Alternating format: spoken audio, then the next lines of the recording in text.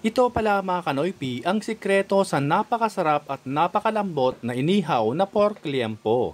Di mo na rin kailangan ng sausawan pa dahil napakalasa na nito. Siguradong magugustuhan ito ng buong pamilya lalo na ang mga bata. Welcome guys sa Kain Noypi!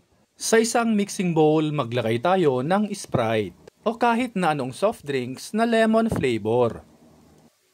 Lagyan natin ng sinigang mix o sinigang powder in any brand. Lagyan din natin ito ng bawang, sibuyas, ground black pepper, small amount of soy sauce,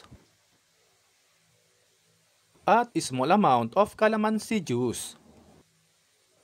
Haluin natin ng maigi hanggang maging well combined ang lahat ng mga ingredients.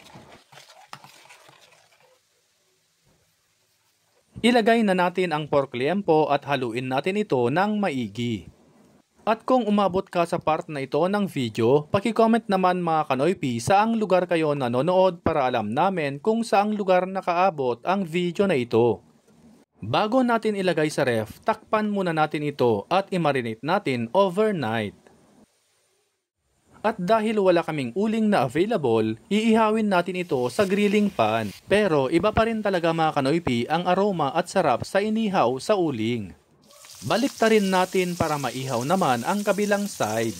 Amoy at itsura pa lang mga kanoypi ay talaga namang nakakagutom na. Siguradong mapapakanin ka na naman nito mga kanoypi. At finally mga kanoypi, hanguin na natin. At isunod naman nating ihawin ang second batch.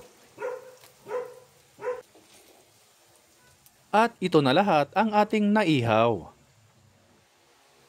Hiwain natin into small pieces. O kahit na anong hiwa ang gusto ninyo. O pwede rin naman na wag nang slicein. Nasa inyo na po yan. Ihanda na ito at tawagin na ang buong pamilya.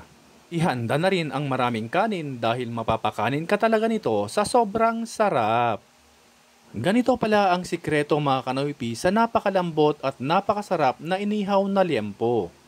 By the way, shoutout nga pala sa lahat ng ating avid followers and viewers worldwide, especially kay Ma'am Jerjen Roberts of Brittany, France, Robert Lingat Anglao from Occidental Mindoro, at Mario Menjola from Laguna. Maraming salamat po sa inyong walang sawang pagsuporta. At kung di ka pa nakafollow sa aming page, ay mag-follow ka na para updated ka lagi sa aming bagong recipe. Hanggang sa muli!